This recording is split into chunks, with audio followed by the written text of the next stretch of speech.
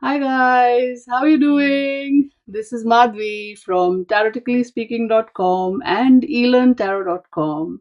And today we are going to get into the sign of Capricorn.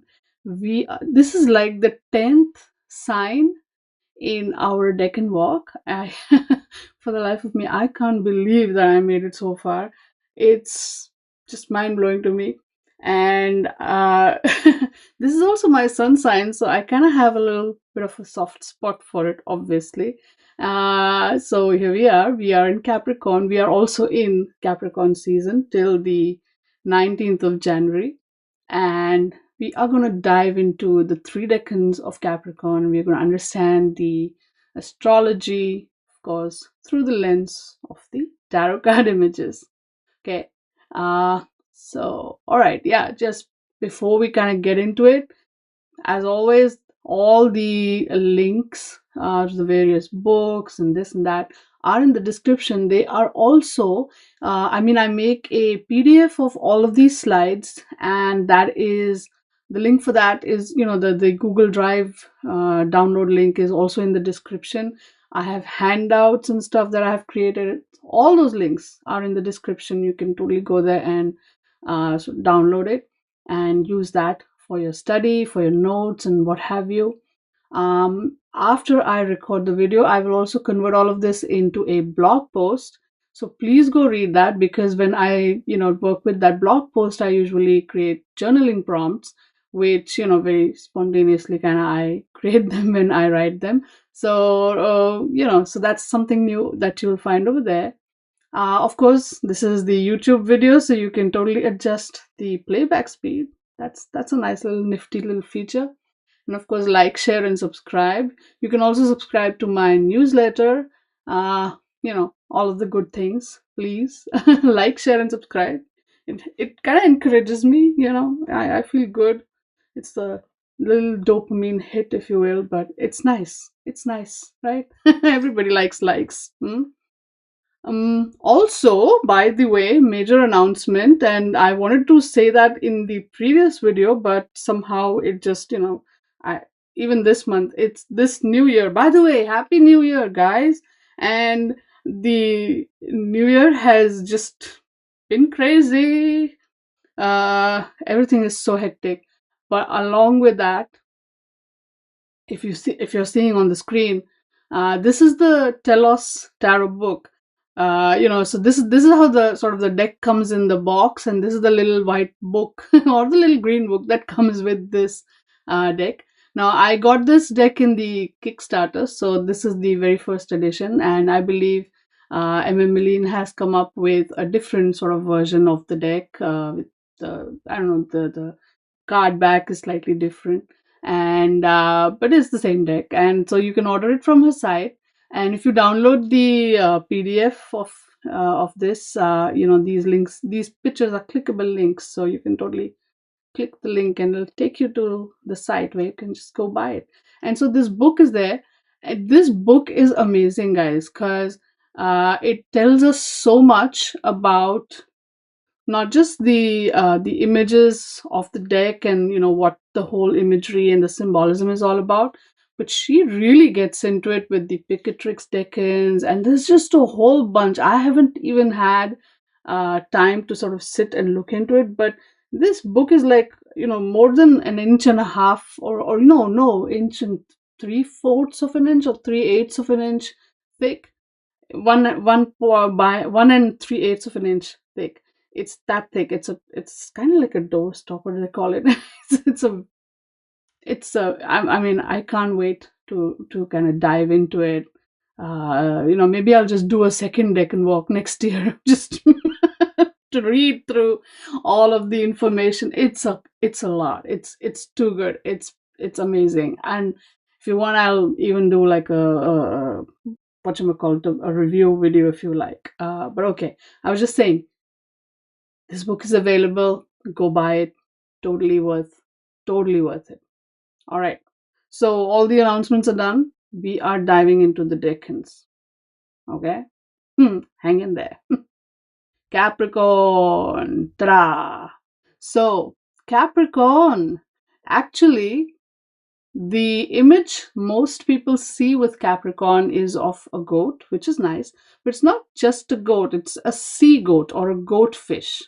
So that's the interesting part of Capricorn I found, is that it's not like a goat, it's a sea goat. It's half a goat and half a fish, which is wild. Also, this glyph of Capricorn. There's another different version of it, that you might find, slightly different version of it.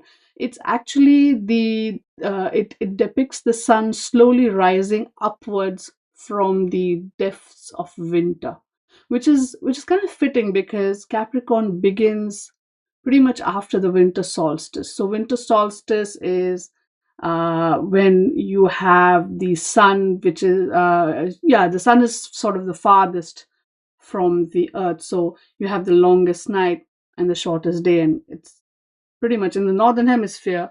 And it's interesting how everything is, northern hemisphere focused. But yeah, it's in the northern hemisphere. It's the thick of winter, it's the middle of winter. So, and then the sun is rising, so because afterwards, the nights start to slowly become smaller compared to that, and then the day becomes a little bit longer. So yeah, the sun is rising from the depths of winter. And so what is Capricorn all about, right? Capricorn is an earth sign. It is ruled by Saturn. It is, the keyword here with the star codes Astro Oracle card is your achieve. And Capricorn is also about achievement. The big energy of Capricorn is of patience, of resilience. They have persistence, they persevere, they like structure, they like law and order. They are all about standards and principles, duty and responsibility. They can be very disciplined, very faithful, very determined, very driven, very strategic, precise, careful, down to earth. It's like all the earth energy qualities and all these Saturn qualities sort of, come here, and they're like, oh, we are home, right? They just love it. And I can totally relate, right?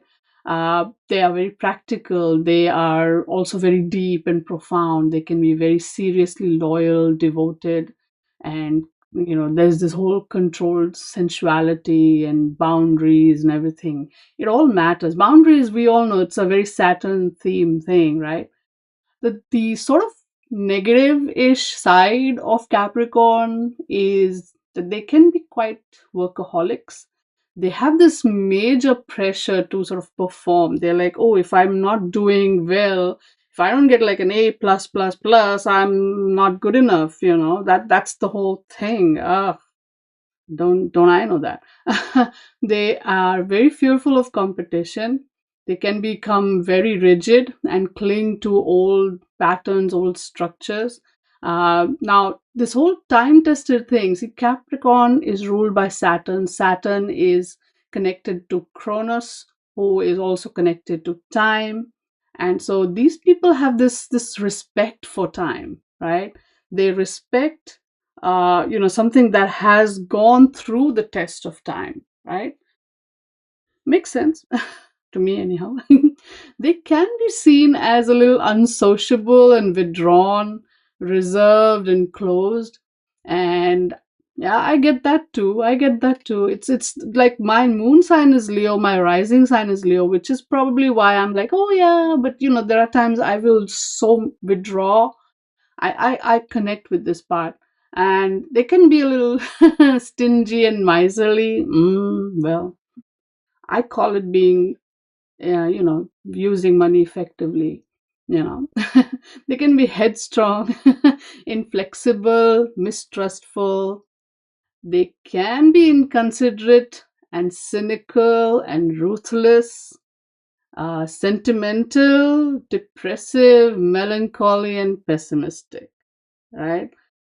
Yes, yes, and yes, and yes. And I agree to all of this. I'm not going to even debate that. I mean, the reason I'm saying this is because, these are the signs that I can 100%, Leo, Capricorn, I can tell you because I have personal experience of it. But yeah, this can happen. And this is all, again, a lot of this vibe is coming from Saturn, the ruler. But Capricorn, being the 10th sign, also after Sagittarius, if you see, it's all about now we are going to create the structure, right? So in Sagittarius, we built the philosophy. In Capricorn, we are going to now create the structure based on that philosophy. Correct? That's, I think all these signs are so connected. It's like one thing leads to the other. I like how it's kind of connecting for me also. Right.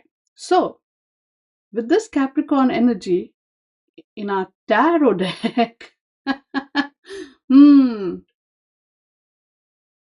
So, in the tarot, the sign of Capricorn is connected with the Devil card. The name itself, it's like, oh my God.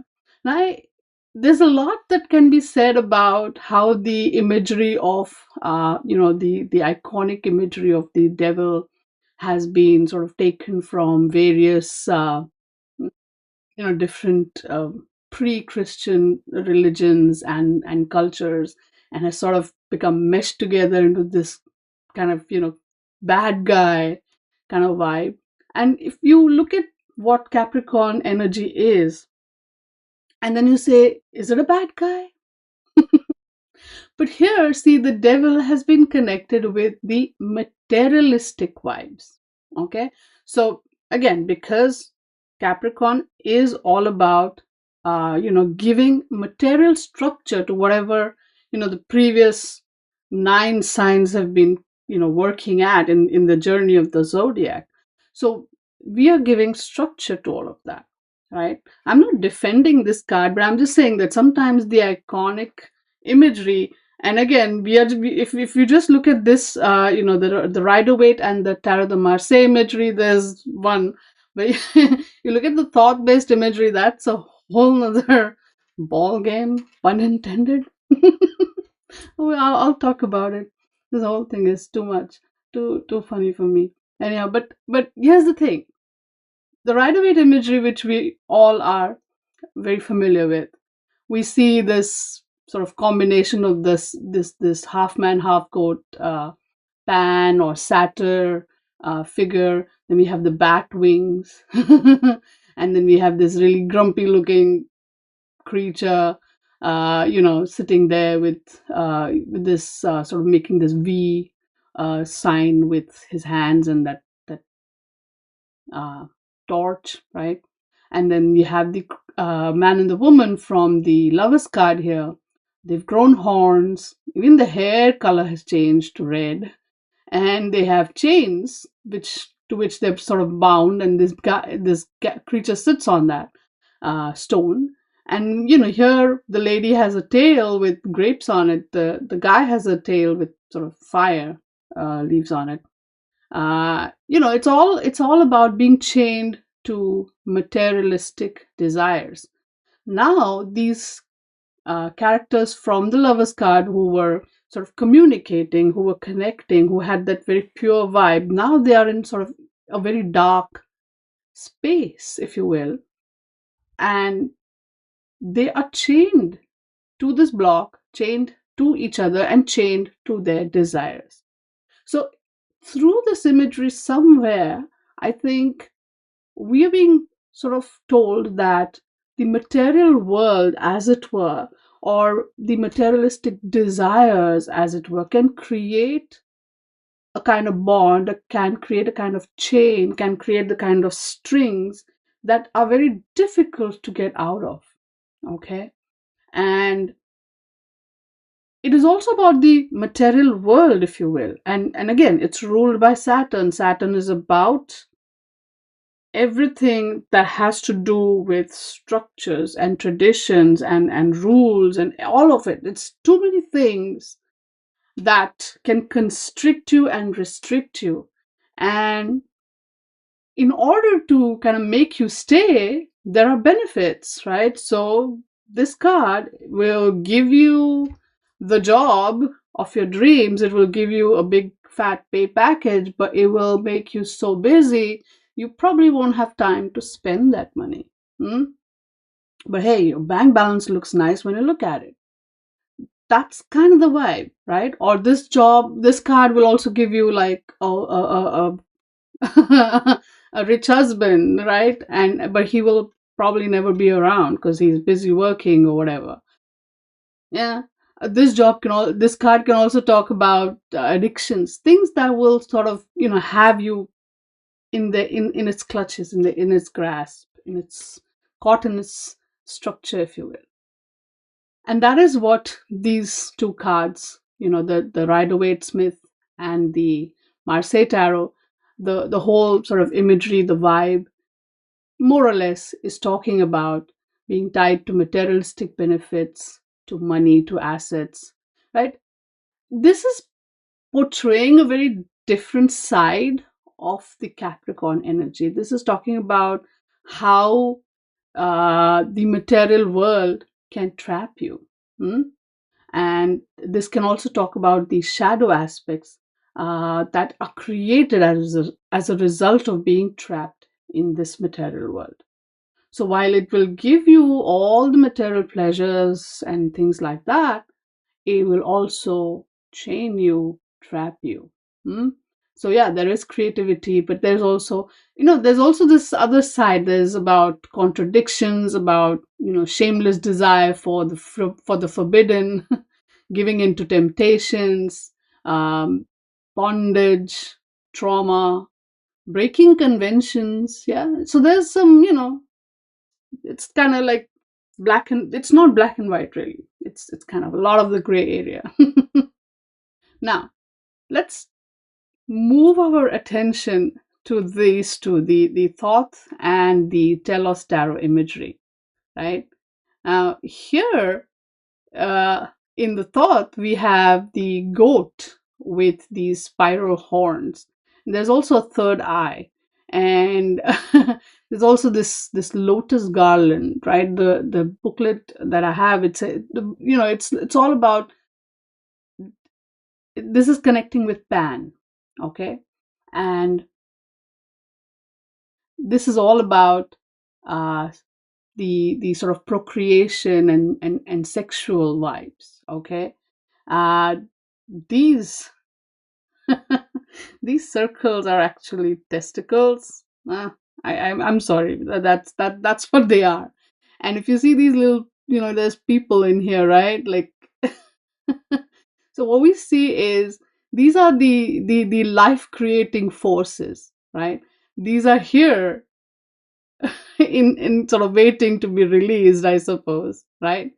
And this is a phallus-like tree trunk. I'm just reading from the book, okay? The phallus-like tree trunk that thrusts into a blue ring right here, which is the womb of the Queen of Heaven, and then the sap of life that rises from the depths. Got it? This is literally a big phallus. That's what the imagery is.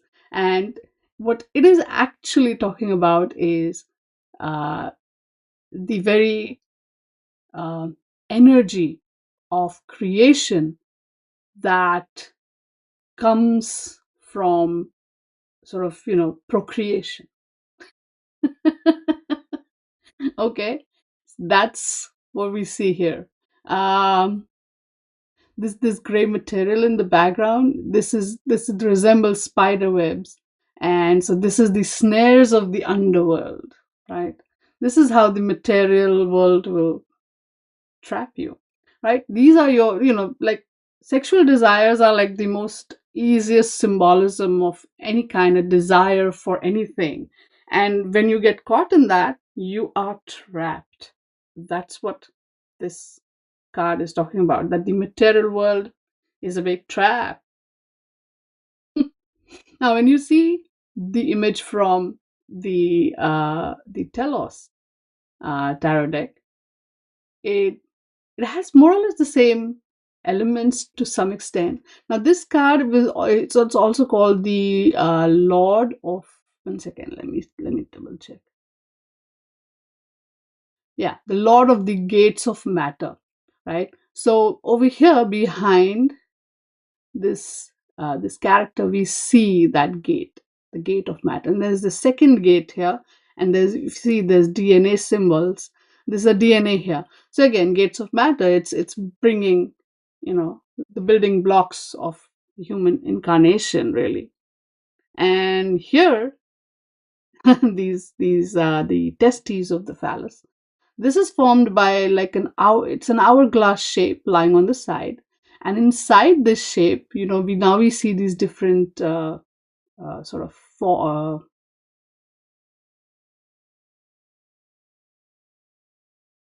geometric forms. Yeah, these are called the platonic solids of matter. Okay, let me read from the book. These are the building blocks of geometry in the third dimension and primary to infinite forms in our space-time dimensional world. So, first we have this hexahedron, which is a solid with six plane faces. This represents Earth. Then we have an octahedron, a solid with eight faces of triangles. Represents air. Then we have a icosahedron, which is a solid with 20 faces of equilateral triangles. That represents water. And then finally, we have this tetrahedron, which is a triangular pyramid having four faces, which represents fire. So we have all the four elements: earth, air, water, fire.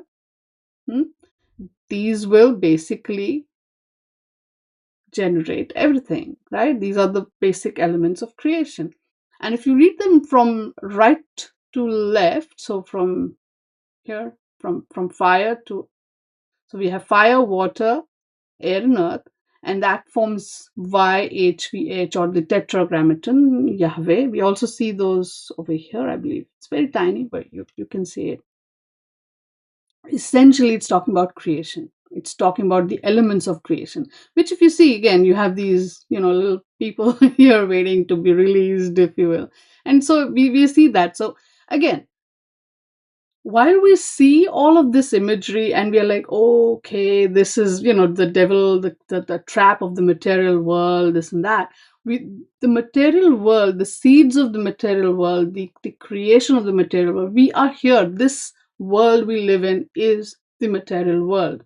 And essentially, right, the process of creation, right, like, hang on, let me see, I wrote this down. The erect phallus essentially is an action of creation through sexuality, right? Even when we go back to the old legends, there's always like, Cronus and no, Uranus and Gaia, right? Earth and sky, they came together and the world was created, something like that. Every time, right? You cannot escape it.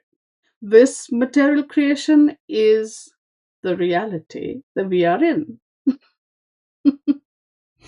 Okay, so yeah, it is you're trapped in this reality. It is what it is.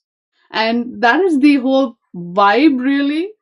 Slightly different in the Rider-Waite and in the Marseille Tarot, a little bit different in the Thoth and the Telos Tarot.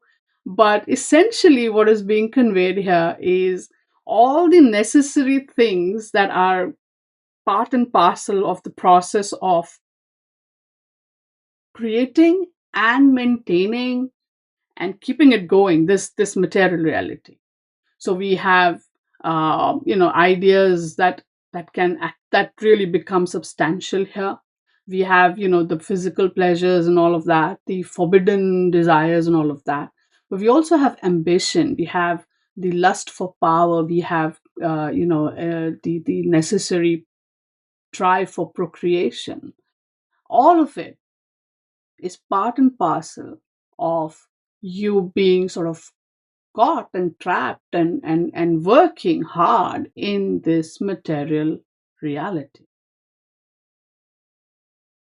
So the devil here is not some imaginary or scary creature from here and there and myth and legend. That's That's very superficial.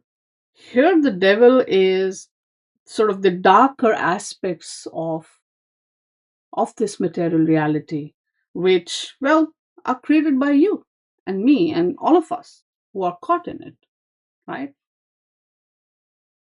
Okay, that's me being a little philosophical, obviously, because this is my sun sign, but but you get it. This card has all sorts of different shades, and I like it. It's interesting.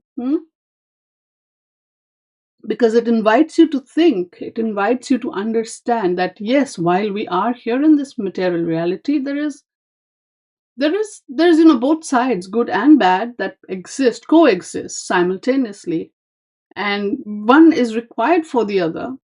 And well, what can you do? You have to still find your way through this. Okay, so let's look into now the decans of uh Capricorn. All right. The very first decan has Jupiter in Capricorn. It is connected with the Two of Pentacles. These are the first 10 degrees of Capricorn. And the Picatrix image here, it says a man holding a cane in his right hand and a hoop in his left hand. Okay. Another sort of description talks about him holding a javelin in one hand, and in his left hand there's a lapwing, there's a bird. See? So the javelin, or this cane, is essentially, it's thrown to a great distance. So, it's like the striving nature of Capricorn. And the bird, right, lapwing, it's kind of, it means to leap and to waver. That's the meaning of the word. And it's essentially talking about the how Jupiter's energy is all about expansion, while Saturn, who's a ruler of Capricorn, that energy is about contraction. It's interesting. All these meanings, yeah, I'm getting that from the book, by the way. So I'm excited. I'm able to understand a lot about the imagery. It's fun. I'm beyond happy. Okay, so this decan is about pleasure. It's about activity. It's about going back and forth. It's about incapability, weakness, and humility. And we'll talk a little bit more about this Two of Discs imagery and all of it when we are looking at that card, all the cards together. But yeah, this decan essentially is talking about the juxtaposition, really, of Jupiter and Saturn's energy, or even if we just say even Capricorn, right? Because Capricorn kind of embodies Saturn energy. So while Jupiter, we know, is about expansion, and Capricorn is about bringing it into, structuring it. Jupiter is just, spreading everywhere, but Capricorn is like, get it together and let's make something of it. So that expansion and contraction is what this decan is all about, where it's kind of, they're all fighting against each other, or pushing against each other, if you will. And yeah, that's the stage, the first part, the first decan of this particular decan, right? So here we go. We've met Jupiter before. Jupiter is a fiery planet, and it rules Sagittarius and Pisces. Jupiter is also about, yes, it's about expansion, but that expansion happens through education, through study, through law, through philosophy, travel. It brings abundance. It's about, everything that's grand and sort of meaningful and generous and optimistic. And it's like this is considered to be also a benefic planet, compared to Saturn, which is considered to be a malefic planet. So, like the good guy and the bad guy, if you will. But we know the story, we know the myth, the Greek and Roman myth of Jupiter and Saturn.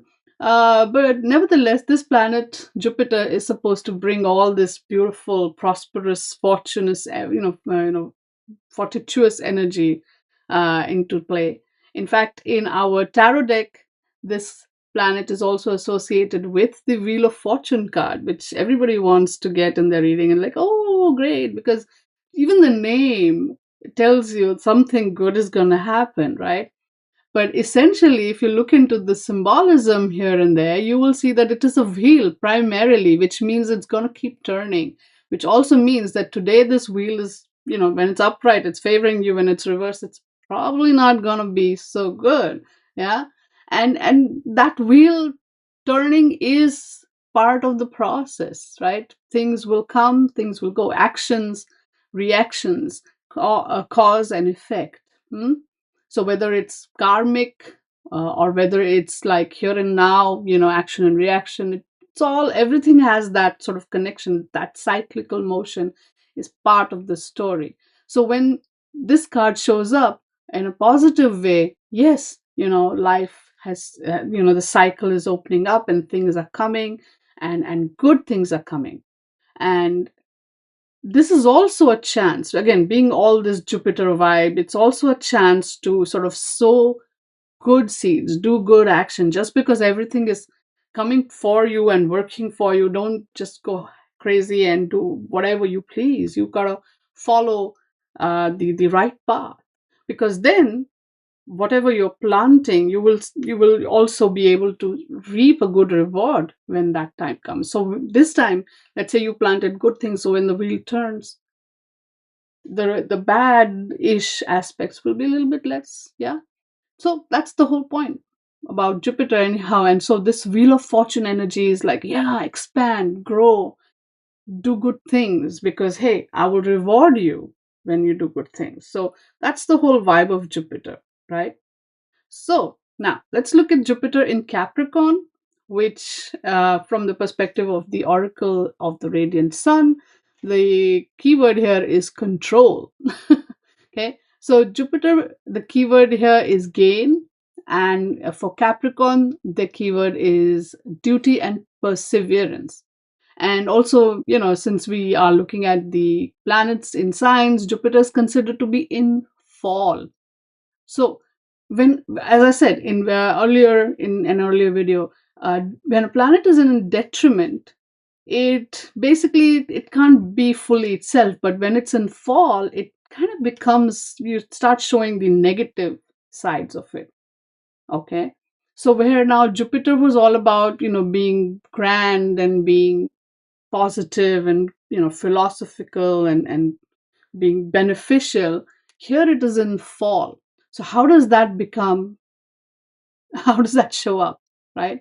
Here, Jupiter becomes very ambitious, and it takes on that whole ambition from Capricorn too.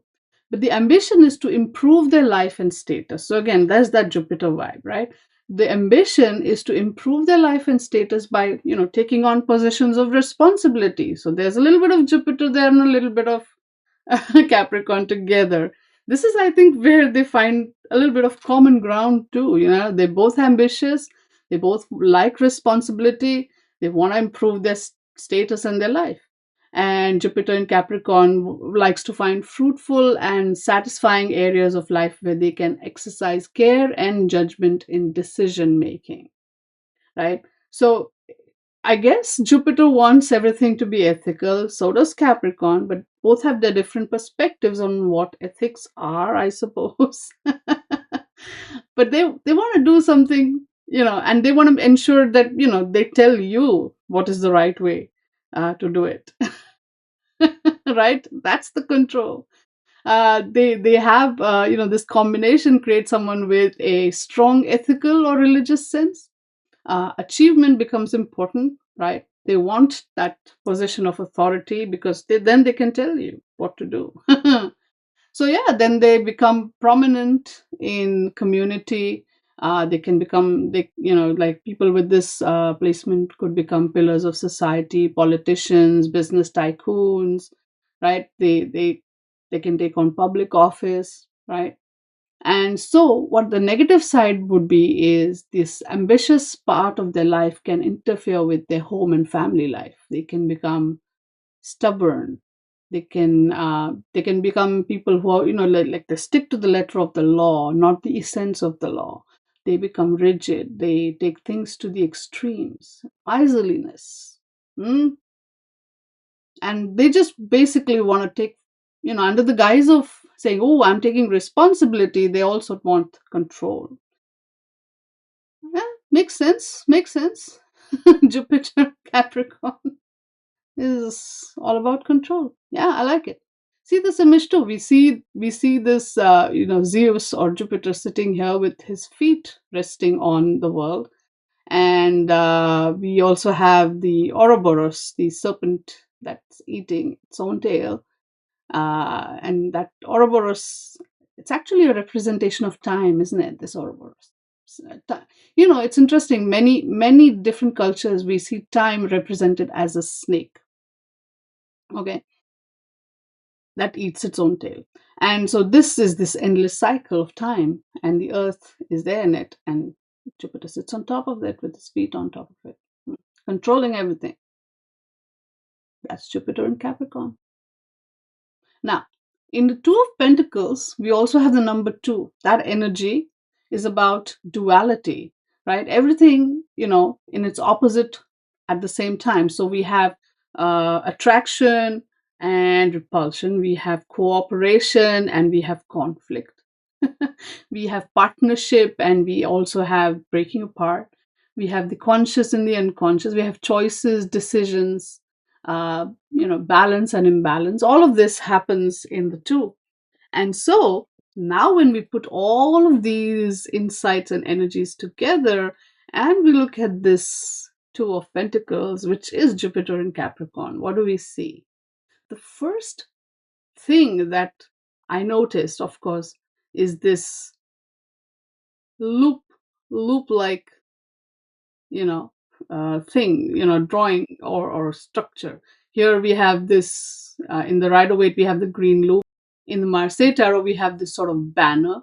In the Thought, this is again a snake eating its own tail, but in the shape of this eight. Again, here we have another sort of a ribbon or a banner here in the Telos, right? There is that loop. It, remember the Ouroboros. It's the endless cycle of time, and it's a loop. You're looped in it. It's going up and down. And again, eight, that shape also evokes the energy of eight. Eight is also about transitions. This is an endless loop where things are happening. Now, pentacles are about material resources. So now, essentially, if we just look at it very plainly, Two of Pentacles is like these resources. One is endlessly caught in the transition and changing and managing of these resources. So now let's look at the different images. Here we see this in the Rider Waite. We have this guy. He's kind of juggling these two pentacles in this endless loop, right? Behind him, the ships go up and down on the waters. So we are looking at emotions and feelings and things going up and down. And just like his resources are going up and down in that loop, and even his feet are going up and down, it's like, everything is, he's trying to balance the energies of the two, the opposite energies of the two. And so it can show up as money management, it can show up as juggling various material resources, two different jobs, two different income sources, all of anything to do with material resources that need to be juggled around. Okay, in the Marseille Tarot, this is such a beautiful sort of these pentacles, and then we see this banner, and we see these, the flowers. This is just lovely, right? And we also see the name.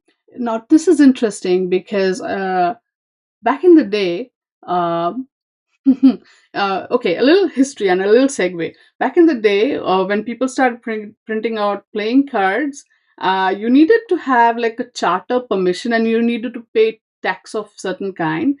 And so I think it was on the ace of, for playing cards, it was the ace of spades, where you had, a lot of people would sort of stamp that.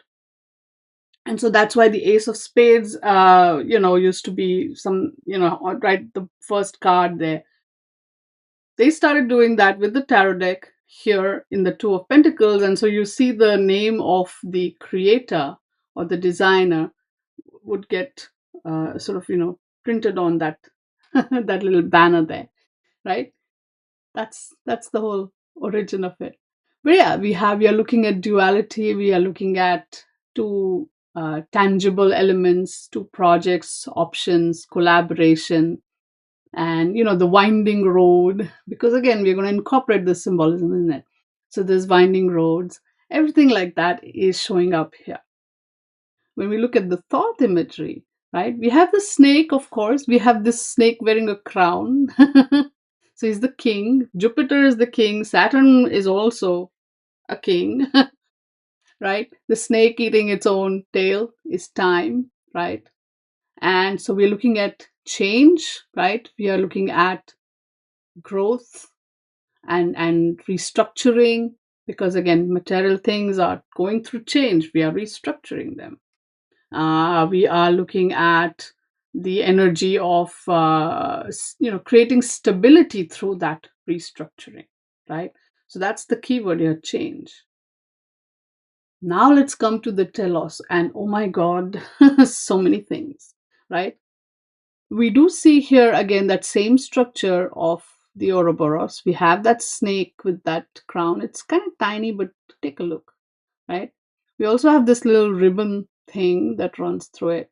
We have two discs here, and on one disc we see the two-faced, Janus, right? This is the god who looked at the past and the future. And then we also see that ship, going up and down the waves, kind of like here, like the Rider Waite. And so we do see this, right? Hang on. And we also have this man with the javelin and the lapwing that we saw earlier, right? So we have this, Capricornian, go to the distance nature, and the lapwing was all about, leaping and wavering. So we have Jupiter and Capricorn here. And so in the book, it was really nicely said. It was like the devil, that is Capricorn, spins the wheel, which is Jupiter, and increases our material prospects. Isn't that nice? So Jupiter's expansion is continually challenged by Saturn's contraction. This is that cycle which creates this motion and change. So this contraction, expansion, contraction, and then with that vibe, if you look at this loop, yeah, this is contraction and expansion, contraction, expansion, contraction, expansion. This is the process. Hence, this loop makes sense. Yes, that's the contraction and expansion that keeps everything going, that keeps things happening. So Jupiter wants to create, create, create, and Saturn wants to then put it together in a structure. Put it together in a structure. So expand, contract. And that is the process, like everything starts to move forward. Hmm? And so again, uh, remember, this Decan begins right after this winter solstice. So these two heads of Janus, one is looking at the past, one is looking at the future. I mean, just get the book, guys. That book really will help you understand this symbolism better. And I'm starting to fall in love with this, with the Telos deck, like crazy, because here we have everything sort of coming together. We have imagery from the very standard and typical and the little, thought world of the tarot. We also have the Decan stuff. We also have a little bit, references to the Rider Waite stuff. It's all sort of, blended in so nicely, so wisely. I love it, right? So, Two of Pentacles, the change. This is progress over time. So this is the expansion, contraction, expansion, contraction. It's how things move. Hmm? And progress. We have gain and loss. We have body and spirit. We have healing. We have bringing weak things to an end, understanding the workings and integral structures, resources of land and organizations, right? So Jupiter in Capricorn. Feast your eyes, guys. Mhm. I mean, see the wheel and see how this wheel becomes the loop and gets all structured, right? In the Capricorn vibe. I like it. Okay. Next up, the second decan is Mars in Capricorn. And this one is connected with the Three of Pentacles. Okay. So the Picatrix decan here says a man with a monkey in front of him. And the meaning of this decan is said to be seeking what is known but unobtainable. So, what is this all about? We also see this here in the Telos card. We have a man with a monkey. So, what is happening here? Hang on. The monkey or the ape is a creature of strength and intelligence and indicates resourcefulness. So, it evokes the concept of evolution. So when the ape is kind of, in because the monkey or the ape is in front of the man, so as the ape is going before him, it is talking about that all that has come before leads to what is under construction now. So we're looking at evolution, right? Interesting. And we'll go into the depths of, details of this imagery when we look at the card, but come on, look at this. So, in the Three of Pentacles, we are looking at the process of evolution. We are looking at how, strength, intelligence, resourcefulness, creates evolution, right? So then the ape is then followed by human being. Hmm? Okay, so that is the whole vibe, man.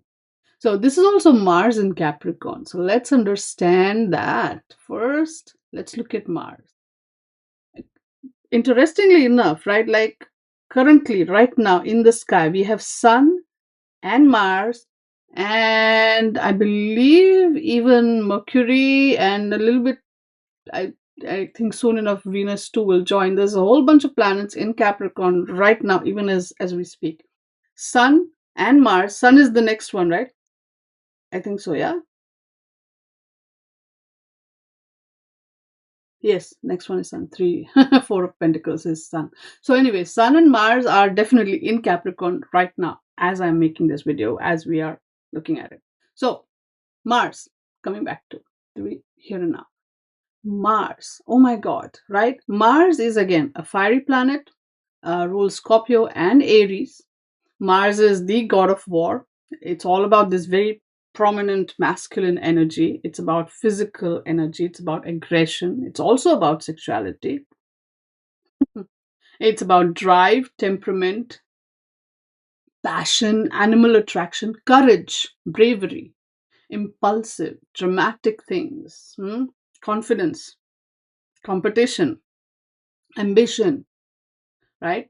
Yeah, it has negative aspects. It can be insensitive and quick tempered and angry. But see, Mars is also about action. Now, when this energy shows up in Capricorn, what do you think is going to happen, right? In the tarot, this energy is represented by our tarot in the tower card. And the tower we know is about destruction and war, and the basically the big imagery here is these structures represent the structures that we create in our life, right? Whether it is our habits, our principles, our beliefs, right? I mean, all of those structures eventually they trap us and they constrict us and they restrict us because, well, we outgrow them and they remain static. Yeah. And so what happens sooner or later, the universe, because if we won't break them, so the universe sends the lightning bolt to break them. Because as we've seen, the universe again is always also in the state of contraction and contracting and expanding. It's also changing. So these ideas, concepts, beliefs, traditions, habits, faiths, everything needs to change. It has to, otherwise it will not survive. And that which remains rigid will be broken down. That is the whole vibe. And whether wars need to happen for that to happen, or whether just some divine action needs to happen for that to happen, whichever way it happens. It always inevitably happens.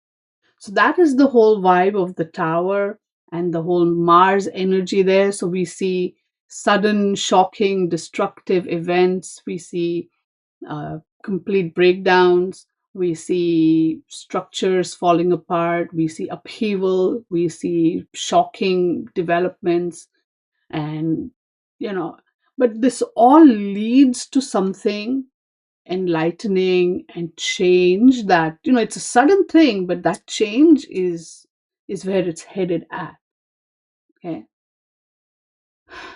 Yeah. So now let's look at Mars in Capricorn, right? Here, see the imagery. And again, the keyword from the Oracle of the Radiant Sun is authority. Hmm? And we see this king who's standing there holding these symbols of power, the sword and the orb, right? And the orb is like the globe, which represents the globe. Again, you must have seen this in the right in the emperor card, yeah, emperor card, which represents Mars. So, or rather Aries, actually. So there's this there's this globe which represents the world and the power of this king over this world. There's also the cross, so where we bringing religion here. And because most of this iconography is based in the Western and Christian world, so we see the Christian imagery, right? So we are looking at the church's power over the world. Now, this cross is an equal armed cross over here, which represents the power of the material world, which challenges the power of the spiritual world. Okay, that's the whole vibe. So now Mars is action, Capricorn is duty and perseverance. And interestingly, Mars is exalted in Capricorn, right? So now in Capricorn, Mars is like treated like a very lovely, respected, and welcome guest, if you will. And they're like, oh, yeah, come here. Now, why is that? I mean, think about it. Mars is all about action and the energy required for action. Capricorn really wants to get things doing. It loves that energy. It's like, all right, I have to build this, I have to make this. Mars is here, let's go. Now we have the necessary energy to do all the things we want to do and build and create. And that is literally what we see here, right? This is energy channeled into professional ambitions. Make sense? Energy. Professional is Capricorn, energy is Mars. The strong desire for recognition and status. Capricorns want that. I know. It's a fight for me personally. Well considered. It's like, against your better nature, you have to fight this. Yeah, well considered and decisive actions. Do not rush into things. Because Capricorn will be like, hey, Mars wants to hurry, but Capricorn is like, calm down, let's think this through and then do this properly. They're not impulsive. They have common sense and control, and they take responsible action. They show initiative. These people have the executive ability that makes practical achievements possible. There's a potential for constructive and energetic leadership, right? I mean, this is self-explanatory, really, at this point. Mars and Capricorn, you want to take control of a situation by asserting authority. You want to seek help of a person in power. Right? Now, the negative aspect, of course, there's a negative aspect. This is power at all costs, right? So whether it's your career or your ambition, this Mars and Capricorn's ambition can sometimes really go far, and they're like, I want everything at all costs. And they don't care who's pushed aside in that drive for achievement. This is very much accurate. I'm agreeing with this. But yeah, if we look at the positive side, Mars is the necessary energetic charge that Capricorn requires to sort of, get things going, make things happen. Now, add to that the energy of 3. Now, 3 is the number of creation and growth and expansion. It's abundance. It's developing. It's manifesting. It can be loss or gain, but it's about actually tangibly having that happen. So now, when we put it all together, we get 3 of Pentacles, Mars and Capricorn. Look at what's going on here. We have this beautiful Rider-Waite-Smith card where you have the priest, right? The spiritual vibe, or the actually the patron. The priest is like the person in, saying, "Hey, here's the money. Go build me a building, a church." This is actually a church building. Then there's this artisan, this architect, really. Look at him, he's holding the plans. And then finally, this is the Mars, this is this is the necessary action, right? The sculptor comes and says, "Okay, fine, here's the drawing, let me go make it happen." And they build this building, this manifesting, it's happening in real time. So this can be the manifestation of creative, spiritual, and actual work into something real and tangible, right? This can be long and short term planning. This can be construction work also, right? In the mundane world, that can also happen. So that's the Rider-Waite-Smith imagery.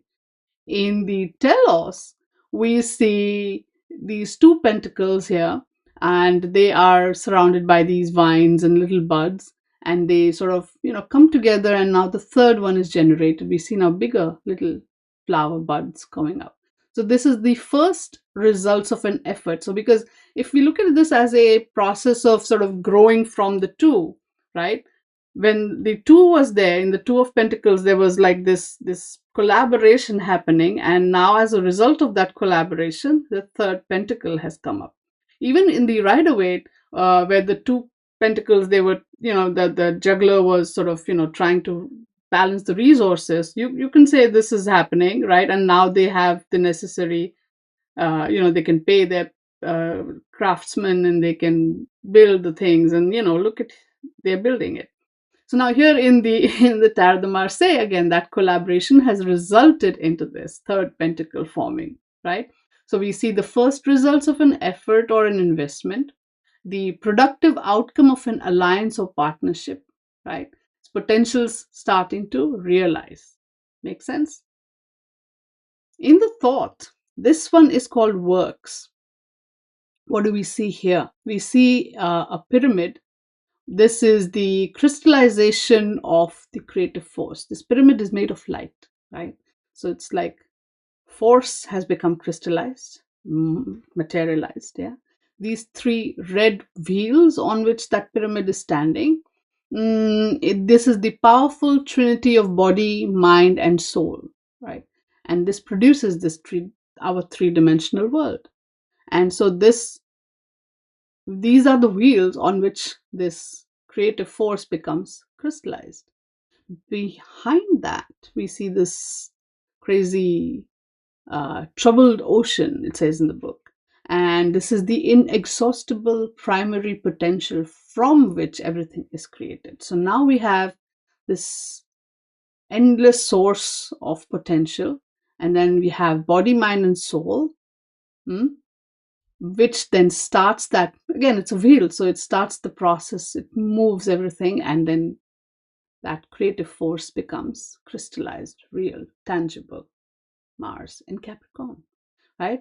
So we are looking at, see, body, mind, soul trinity produces visible forms of the three-dimensional world, taking concrete steps, translating ideas into reality, slow but continuous progress, building structures. Right? Now let's look at this imagery which we earlier saw. We have this mason who is building the wall, but we also have this ape who is going before him, right? The process of evolution and creation. Things are happening, things are being built. We see the ape holding one sort of circle. In that is, we have the hourglass. This hourglass represents time. Again, time connects to Kronos and Saturn. Okay. In the second one, we have this alchemical triad of sulfur, mercury, and salt, which are considered to be the building blocks of the universe, which, body, mind, soul. And then here in the third circle, we have architectural tools of a master mason, which are the plumb, the level, and the square. So the plum represents the upright nature of the living man. The level is the recumbent posture of death. The square represents creative wisdom. We also see this little symbol, which we also see on the dress of that mason. It's the symbol for Malkuth, which is the final Sephiroth in the tree of life, which is, the material world. Yeah, interesting. Yes, interesting. And then this mason is building the wall, and behind him is this five-stepped pyramid, which represents Mars, which is all about the development phases. There's a whole thing. That book really, really opens up the symbolism of this card. Man, you got to get that book. So, Mars and Capricorn, overall, again, it's like your constructive efforts are eventually rewarded in both material creation and health. You see progress, you see growth in your career, in your work, in whatever it is that you're creating. We see things, oh yeah, seeking things that can never be known or completed. Yeah, because Mars and Capricorn constantly striving. Nothing ever feels completed. Nothing will ever feel like it's done. Tell me about it. I struggle with this energy all the time. Nothing feels done enough, right? Like I have to tell myself this is as good as it gets.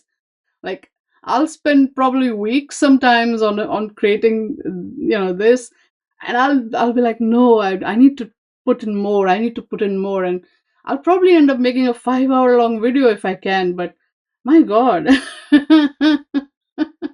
And then you'll still feel like, oh, I should have put more in there, I could have put more in there. you know that's the whole, that's something. I also incidentally have Mars and Capricorn in my birth chart, so I deal with it a lot. Okay, so this is all about planning and working at it, planning and making it happen, carrying out the steps. This is, I love this energy, Mars and Capricorn. I understand why Mars is elevated or exalted in Capricorn. And that is how three is creation, manifestation, and we see that happen here in the Three of Pentacles. I love it. I love this energy. There we go. Hmm?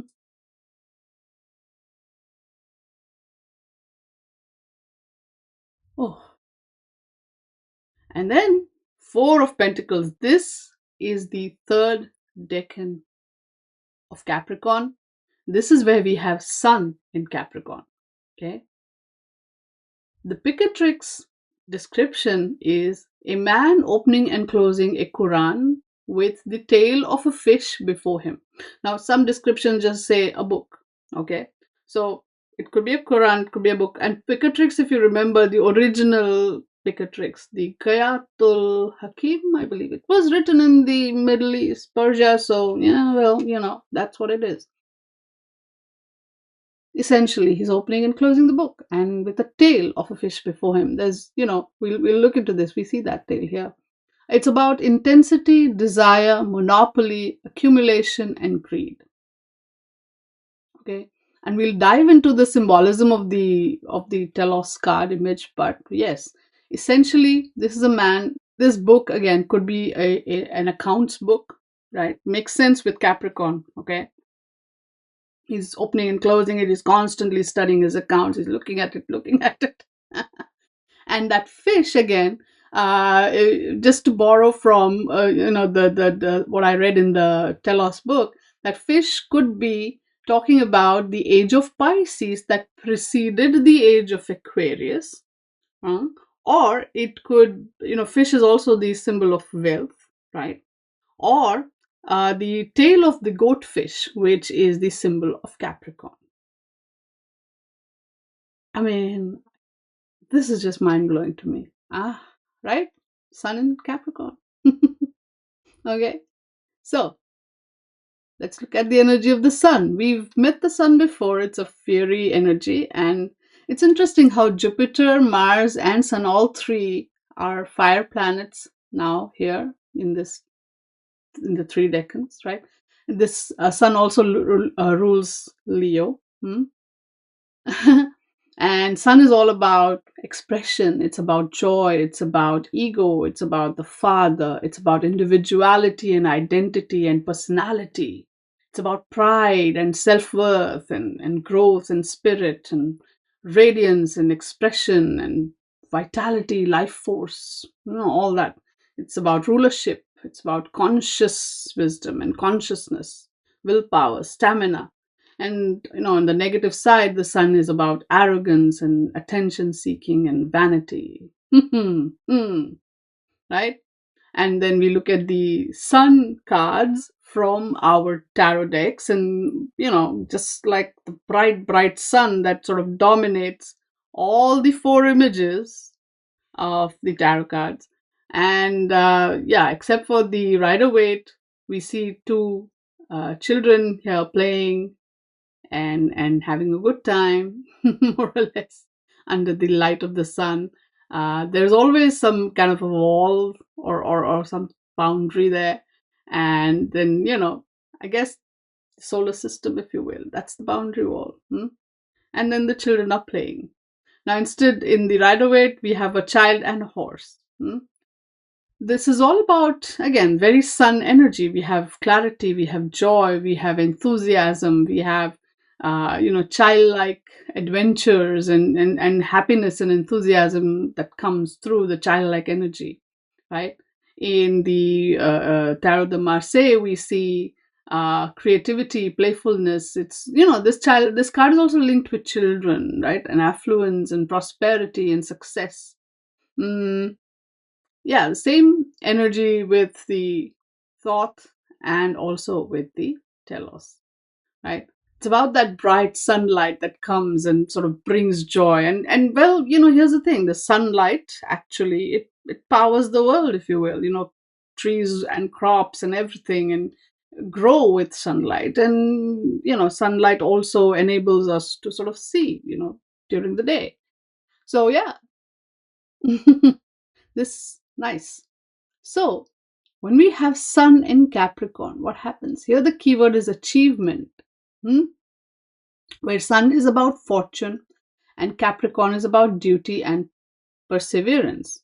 So, we see this image here. We see this. This is a fortified city, big, right? And then there's this big, impressive palace that kind of overlooks that city. And in the sky, of course, is this big, bright sun. And then here's an idol of a goat, because Capricorn, right? So what happens? We have a mix of conscientious and ambitious organizer. See, the sun is again very egoistic. Capricorn is about, getting things done. But Capricorn, because of Saturn, also is like, hey, everything has to follow those high standards, those rules, those regulations, those the restrictions, everything. So we have the conscientiousness, but the ambition comes also, right? We have we have excellent intuition used to achieve aims of life. We have slow and steady advancement. We have someone who's practical, but also security oriented. We have someone who has the patience to work hard and get the necessary skills to achieve honor and recognition. We have strong ambition to attain power and authority. Well, surely, obviously, right? Sun and Capricorn both want power and authority. We have someone who easily reaches a responsible position in a community, someone who has a talent for organizing, someone who thrives in an executive post, someone who feels obliged to set a good example for others, someone who has a very powerful moral sense. Yes, this ego of the sun and the ego of Capricorn all come together. Someone who's very committed to whatever they take on, projects, responsibilities. Yeah, they and again, this is also linked with the help of influential or famous people. Mars also, right? Or Jupiter. Jupiter, I believe. All three, I believe. The negative side: unscrupulous desire to get on in life, no matter the cost. Tendency to exploit others. As someone who has Sun in Capricorn, this is something I personally, I don't do this. I can't do this. I guess you could say my moral principles will not allow me to do this. But yeah, I can relate to a lot of this, honestly. It's crazy.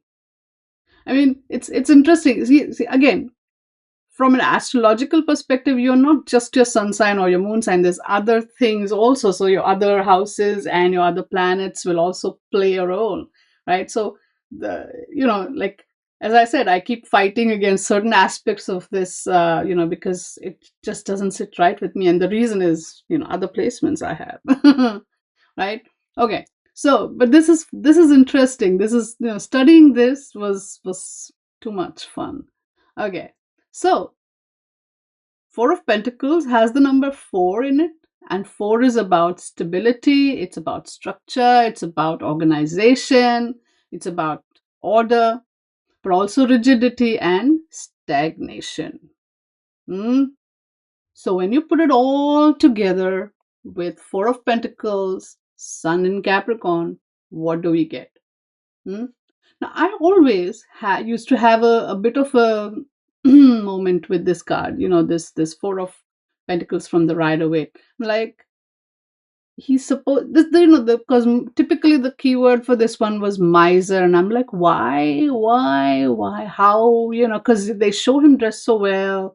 And sure, you can come up with all kinds of, explanations, but really, why? What makes him such a miser? But he is not, well, he's holding on to it. He's hoarding it. Maybe he thinks he's protecting it. But he's also very much money minded. You see that here, right? You also see that similar vibe here in the Telos card. You see the similar crown here. I'll talk about that symbolism in a bit, but here you see him sitting there, and it's larger than life, if you will. Is he sitting on a bench or is he sitting on top of a house? You cannot. It's not. Like it feels like that. That whole vibe is, and then he has that coin under his feet. Again, this Telos card also, we have a coin under his feet. I'll talk about that symbolism. It's been enlightening. We're here. Essentially, this is about material prosperity, but someone who's holding on to it and protecting it and building it and creating it and clinging to it, right? When you come to the Marseille Tarot imagery, we do see these 4 pentacles at four corners, surrounded by these flowers and buds and sort of like, yeah, nice. There's stability. This is material solidity and stability, 4, and pentacles. This is security. We also see this sort of what do you call it? Central. There's a shield, yeah, and these are fleurs de lis, 3 fleurs de lis. One single one is a fleur de lis. The 3 are fleurs de lis. These are the coat of arms of the French royal house of Bourbon. Okay, the book tells you. So so we are talking royalty here, and again, there's that king vibe, right? Even this guy, he's sitting there with the crown. This person in the Telos deck also sits with the crown. So there's this whole ruler, and again, Sun is the ruler. Capricorn ruled by Saturn was also the ruler. So yeah, we are looking at that kind of a vibe where now we have stability, where we have structure, we have institutions sort of having that vibe. It's something solid and tangible. It's about assets, stable assets. Now, when we look at the thought imagery, this is interesting. Now we have 4 towers. This is like a top view of a castle, if you will. So these are 4 towers, and in there you see the astrological glyphs of the 4 elements. We have water, fire, air, and earth, right? And these are 4 towers. This is surrounded by a sort of a moat, right? And there's a bridge and everything. So this is like the protected tower. This is like fortress walls around it. Yeah. So we're looking at structure, stability, security, law and order, balance between 4 elements, all of that. So we are looking at control. We are looking at concepts, clarity, boundaries. Boundaries. The sun is all about boundaries, isn't it? All in the sun card, right? Now let's come to the Telos tarot, of course, full of imagery. We have this man who's sitting on his throne. He has this book, which he's again opening and shutting. It's like an account ledger. He's constantly checking his accounts. He's all about the money. You see him wearing a vest of coins, right? It's money. He's trying, all of. He's all about the money. Hmm. So the book says, the devil, that is the Capricorn, devil bound to the throne of the Sun King, authority and avarice or greed, right? The fortress and the bunker. See, he wants to protect all his assets, right? And the fish, we know, again, is all about the age of Pisces preceding the age of Aquarius, or it's a symbol of wealth, or it's the tail of the goatfish, which is the symbol of Capricorn. We see the little, you know, goatfish here, and in the crown, in the throne here design. And so we have the king, who is Saturn, the father of Jupiter, who rules Capricorn. Saturn rules Capricorn, and then we have the sun, who is the center of the solar system and the ruler of planets. So he's like the embodiment of all of that. And this, wearing this vest of coins, which is covering his heart and his stomach, which is material wealth, which is his passion and his hunger. Mm. And this throne is on a raised dais of 4 steps. Yeah, all this 4 energy. So power requires constant vigilance. See, that I think is like the key to this card, right? You want to remain in power because Sun, Capricorn both want that, both want control, both want power. And in order to remain in that power, you need to be constantly vigilant. You can't relax, right? So the coin on his head is, again, that shape is Malkuth, which is the material reality. So he's got money on his mind all the time, the material reality all the time. He's constantly looking at his accounts. He's constantly on top of things in his kingdom, in his world, right? The 2 coins here are, if you see, there are 2 faces of Janus, one looking this way, one looking that way, right? So he's always looking at the past and the future and the present. He's here, like this is the present, he's looking at it. Right? He's constantly looking. And then this one coin, which has the crown in it and it's under his foot, like he's so that it won't get away, right? And this crown which he wears on his head here, it looks like a castle, which we have a castle here as well. So again, that is his fortress. Even his mind, his ego, his understanding, everything is his fortress. So he's using all his abilities, qualities, talents, everything, his whole being really, in the protection of his assets, his kingdom, and making sure everything is going well. Now behind him, we see this sort of a sort of a solar halo, if you will, right? And it's made up of clenched fists, interestingly, which is associated with the Hebrew word kaf, which means hand. Okay, I think this is connected with that. Because again, this if we go through the book, you'll see that there's a lot of the connections with the Kabbalah part of the story too, which we're not going to dive into, but that's where the Malkuth comes from. But yeah, a lot of symbolism there. But see, this is the whole vibe of Sun in Capricorn. He's not just like this miser person who has like, okay, I'm holding on to the coin. He's very money minded and he's doing that because he wants to protect his assets. He's the king of that castle of his. And he doesn't want any of his money to get away. So yeah, you could see that as a miserly energy, but he sees that as protecting his things, his stuff, all of his stuff. I want all my stuff around me all the time in my bunker where I'm safe and I'm guarding over it. And I'm going to keep making sure that it's safe. That is your Four of Pentacles, Sun in Capricorn. And he's going to rule over it all the time, all day, every day, without giving up. Now, that 4 energy can also become static. I will say that after a point, but yes. Hmm.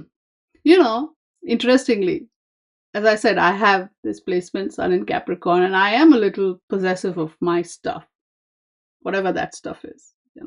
You should see the way I'm possessive of my deck collection, for instance. Ugh. Yeah, I get it. I get it. I get it. Okay. All right. So, mm, here we go. See this beautiful.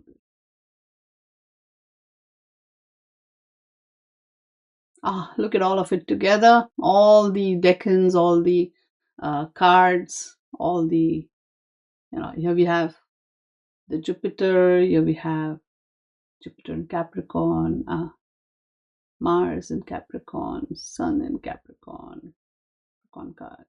Lovely. Of course, the supporting cast, let's not forget, this time they changed too. They're brand new in a way, right? Because now the following, these three decans, Capricorn, Aquarius, and Pisces, oh, I'm sorry, not decans, signs. My goodness. The three signs, Capricorn, Aquarius, and Pisces. So the middle sign here in that triad is Aquarius, which is an air sign. That is why we will have the ace and the page of swords. Okay, so the air energy holding it together is that supporting energy for all these three zodiac signs, right? So we have the ace of swords. Now, swords are about logic. And this ace, again, powerful energy, is the root of the powers of air. So this sword, if you see, this is a common imagery component. We have a sword that pops up and sort of, goes through a crown, and the crown, of course, is the ego, but it pierces that ego with clarity, with logic, with ideas, with intellect, with the truth that cuts both ways. Okay. We also see these, even here. So we have in the Rider Waite, in the Marseille, and in the Telos, we see these two branches, if you will. So we have the palm on the right, and we have the bay laurel on the left, and they are symbols of victory, right? In the Marseille, we see they have red tips, which resemble blood drops. So it's the sacrifice has gone into this victory, right? So it's been a struggle. It's not been easy to get that victory, and the crown is the head or the intellect again. So we have all of that happening here, and in the thought we have these 22 rays of the major arcana here on the crown, and we have this interesting. There's a penetrating green sword, a mental power that penetrates and perceives everything. Now, on that sword is an inscription which reads Thelema, which means will in Greek, and this is the will to direct the power of perception at the highest goals. We have the hilt, which has the snake, and then the two moon crescents, which is intellect as a bridge to the unconscious mind. And then we have these sunlight and crystal structures in the background, in the sky. So we have spiritual enlightenment, awakening the consciousness. And we see, oh, I didn't spend time for this. See, this is what happens, right? Something is always missing. But I would say we have something similar. We have these palm trees. We have this. I'll we'll do something about this. But yes, this is also all of this, right? Perception, clarity. So this ace of swords is sort of like the underlying energy in that's supporting all these three decans and the further six decans that'll come up. And this is the piercing clarity of truth that comes from the intellect, basically. And then we have the page, right, or the princess of swords, who wield that ace and go nuts, because with this pages, you see, pages are the very young manifestations in people, and so pages have way too many ideas or way too many truths that they are sort of juggling, if you will. They can, use it or misuse it. They can, make mistakes and everything. They have, but then because they are young and because they are also open minded, right? This is Earth affair. again. So these elements essentially clash a little bit, a lot, really. Earth and air are supposed to be elements that are not friendly with each other. But still, it's like practicality and intellect trying to find the balance. But here again, we are looking at someone who is confronting old thought patterns, right? Because they have that fresh energy. They're like, I could figure this out. It's like when we are young, we're like, oh no, I'll fix this. I won't make those mistakes, right? And yeah, they have that faith in that ability to do that. And yeah, they wield that ace of sword is how I see it. I'm starting to see the pages as like they take that energy of the ace, and then they're going nuts with it, they're playing with it, and then they're learning how to wield it. And I guess as they progress they will learn how to wield it. Hmm? Now, for the first two decans, we have the Queen of Pentacles for the 2 and the 3. So for Jupiter and for Mars, the supporting court card is the Queen of Pentacles, this very practical or the queen who nourishes, who balances, who kind of is practical and also very, sensual and fertile and loyal and all of that. And she makes it happen. Like she has that vibe about her. And then for the third decan, which is your sun in Capricorn, we have the Knight of Swords. So now the page is, he's got a horse and he's riding about with that sword. And he's grown up a little bit, so he's able to wield it well, I suppose. Yeah, these guys are problem solvers and intellectual and smart and witty, and they can really, they are mature, a little bit more mature than the page, and they can, get things going for them. Okay. Wow. Wow. So yeah. So when we put it together, here is the mind map of the Two of Pentacles, which is Jupiter in Capricorn, the Three of Pentacles, which is your Mars in Capricorn, and Four of Pentacles, which is the Sun in Capricorn. Oh, this was quite an interesting journey for me making this. And like I was like, this is interesting because as I said, currently, and it's been there for some time, like these planets have been around and they're kind of conjuncting today or tomorrow or around this time. But the point is Mars and this one, Sun and your Mercury. Mercury is never too far from the Sun. All of them are in Capricorn in my sixth house, which is the house of work, work, work. And we're here and we're doing all the things, and it's been crazy hectic, and it's been me sitting there trying to figure this out, make this and do this, and snatching time in between things. I'm just, and you know what, at any other time I would have, this kind of hecticness would have driven me up the wall, and but for some reason, I don't know, maybe it's because Mars is also here. I'm just like, oh, I love my calendar, I'm living in it, and I'm organizing everything, and I'm kind of happy with this hectic schedule. I'm not complaining, I'm just saying I'm enjoying it, I'm thriving here. Okay, so here we go. So this was the 3 decans of Capricorn. And thank you guys for being part of my journey with me. And we have 2 more decans to go, and I'm excited. And I will see you again soon when I'm done with making the nice presentation and all the information of that one. And that next one is Aquarius. So, oh my God. So I'm excited. I'm looking forward to that too. So I will see you again with that video. And until then, stay good, be good, and play with your cards. Bye now.